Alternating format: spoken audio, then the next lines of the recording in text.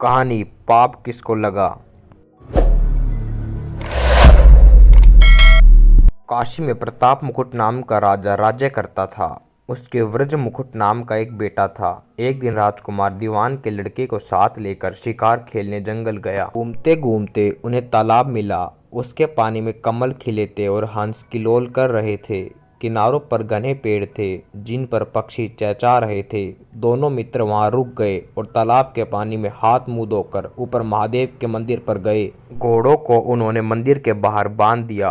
वो मंदिर में दर्शन करके बाहर आए तो देखते क्या है कि तालाब के किनारे कोई राजकुमारी अपनी सहेलियों के साथ स्नान करने आई है। दीवान का लड़का तो वहीं एक पेड़ के नीचे बैठा रहा, पर राजकुमार से न रहा गया। वह आगे बढ़ गया। राजकुमारी ने उसकी ओर देखा तो वह उस पर मोहित हो गया। राजकुमारी भी उसकी तरफ देखती रही। फिर उसने किया क्या कि जोड़े में से कमल का फूल निकाला, कान से लगाया, दांत से कुतरा, पैर के नीचे दबाया और फिर छाती से लगा अपनी सहेलियों के साथ चली गई। उसके जाने पर राजकुमार निराश हो अपने मित्र के पास आया और सब हाल सुनाकर बोला, मैं इस राजकुमारी के बिना नहीं रह सकता, पर मुझे न तो उसका नाम मालूम है न ठिकाना, वह कैसे मिलेगी। दीवान के लड़के ने कहा, राजकुमार आप इतना घबराए नहीं, वह सब कुछ बता गई है। राजकुमार ने पूछा, कैसे? वह बोला, उसने कमल का फूल सिर से उतार कर कानों से लगाया तो उसने बताया कि वह कर्नाटक की रहने वाली है। दांत से कुतरा तो उसका मतलब यह है कि मैं दंतावत राजा की बेटी हूँ। पाँव से दबाने का अर्थ था कि मेरा नाम पद्मावती है। और छाती से लगाकर उसने बताया कि तुम मेरे दिल में बस गए हो। इतना सुनना था कि राजकुमार खुशी से फूल उठा। बोला, अब मुझे कर्नाटक देश में ले चलो। दोनों मित्र वहां से चल दिए। घूमते फिरते सैर करते दोनों कई दिन बाद वहां पहुंचे।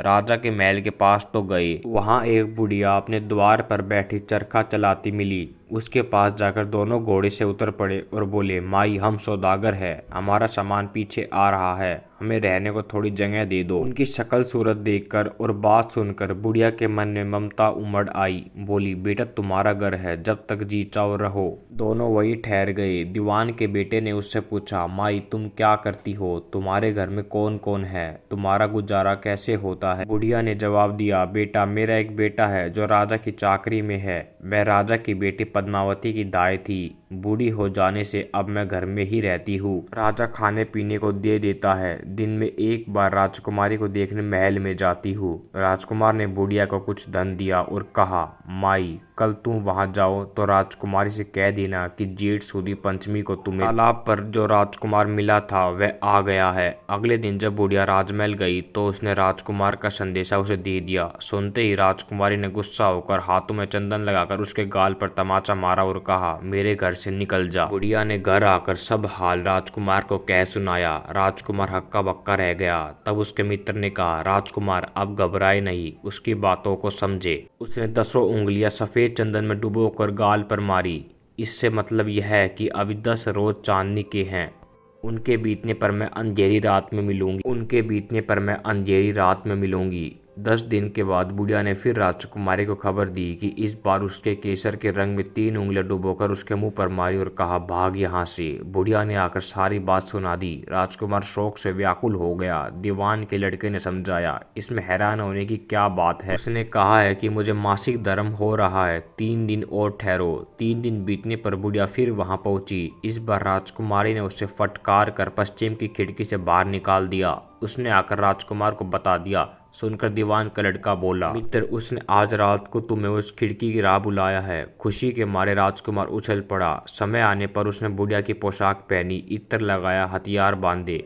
दोपहर रात बीतने पर वह महल में जा पहुंचा और खिड़की में से होकर अंदर पहुंच गया। राजकुमारी वहां तैयार खड़ी थी। वह उसे भीतर ले गई। अंदर का हाल देखकर राजकुमार की आंखें खुल गई। एक से एक बढ़कर चीजें थी। रात भर राजकुमार राजकुमारी के साथ रहा। जैसे ही दिन निकलने को आया कि राजकुमारी ने राजकुमार को छिपा दिया और रात होने पर फिर बाहर निकाल लिया। इस तरह कई दिन बीत गए। अचानक एक दिन राजकुमार को अपने मित्र की याद आई। उदास होकर राजकुमारी ने कारण पूछा तो उसने बताया बता दिया। बोला, वह मेरा बड़ा प्यारा दोस्त है, बड़ा चतुर है, उसकी होशियारी से ही तुम मुझे मिल पाई हो। राजकुमारी ने कहा, मैं उसके लिए बढ़िया बढ़िया भोजन बनवाती हूँ, तुम उसे खिलाकर तसल्ली देकर लौट आना। खाना साथ में लेकर राजकुमार अपने मित्र के पास पहुंचा। वे महीने भर से मिले नहीं थे। राजकुमार ने मिलने पर सारा हाल सुनाकर कहा कि राजकुमारी को मैंने तुम्हारी चतुराई की सारी बातें बता दी हैं, तभी तो उसने यह भोजन बनाकर भेजा है। दीवान का लड़का सोच में पड़ गया। उसने कहा, यह तुमने अच्छा नहीं किया। राजकुमारी समझ गई है कि जब तक मैं हूँ वह तुम्हें अपने बस में नहीं रख सकती, इसलिए उसने इस खाने में जहर मिलाकर भेजा है। यह कहकर दीवान के लड़के ने थैली में से एक लड्डू उठाकर कुत्ते के आगे डाल दिया। खाते ही कुत्ता मर गया। राजकुमार को बहुत बुरा लगा। उसने कहा, ऐसी स्त्री से भगवान बचाए, मैं अब उसके पास नहीं जाऊंगा। दीवान का बेटा बोला, नहीं, अब ऐसा उपाय करना चाहिए जिससे हम उसे अपने घर ले चले।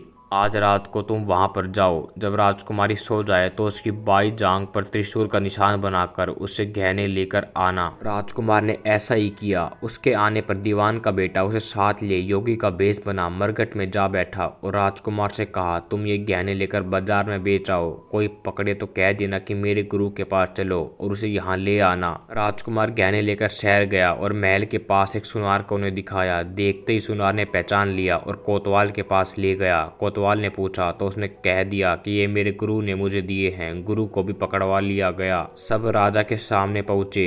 राजा ने पूछा, योगी महाराज, ये गहने आपको कहाँ से मिले? योगी बने दीवान के बेटे ने कहा, महाराज, मैं मसान में काली चौदस को डाकनी मंत्र सिद्ध कर रहा था कि डाकनी आई। मैंने उसके सारे गहने उतार लिए और उसके बाई जांघ में त्रिशूल का निशान बना दिया। इतना सुनकर राजा महल में गया और उसने रानी से कहा कि पद्मावत की बाई जांघ पर देखो कि त्रिशूल का निशान तो नहीं है। रानी ने देखा तो सही में निशान था। राजा को बड़ा दुख हुआ। बाहर आकर वह योगी को एक ओर ले जाकर बोला, महाराज, धर्मशास्त्र में कोटि स्त्रियों के लिए क्या दंड है?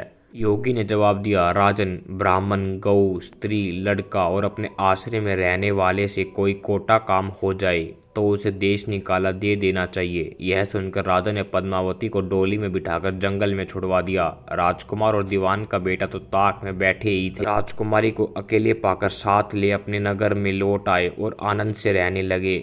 इतनी बात सुनकर बेताल बोला, राजन, यह बताओ कि पाप किसको लगा है? विक्रम ने कहा, पाप तो राजा को लगा। दीवान के बेटे ने अपने स्वामी का काम किया। कोतवाल ने राजा का कहना माना और राजकुमार ने अपना मनोरथ सिद्ध किया। राजा ने पाप किया जो बिना विचारे उसे देश निकाला दे दिया। राजा का इतना कहना था कि बेताल फिर उसी पेड़ पर जा लटका। राजा वापस गया और बेताल को लेकर चल दिया। बेताल बोला, विक्रम, तुम बड़े हठी मालूम होते हो, लेकिन कोई बात नहीं, देखता हूँ कितने हठी और कितने धैर्यवान हो। दोस्तों, विक्रम बेताल की यह कहानी अच्छी लगी हो तो लाइक और सब्सक्राइब जरूर करें। धन्यवाद।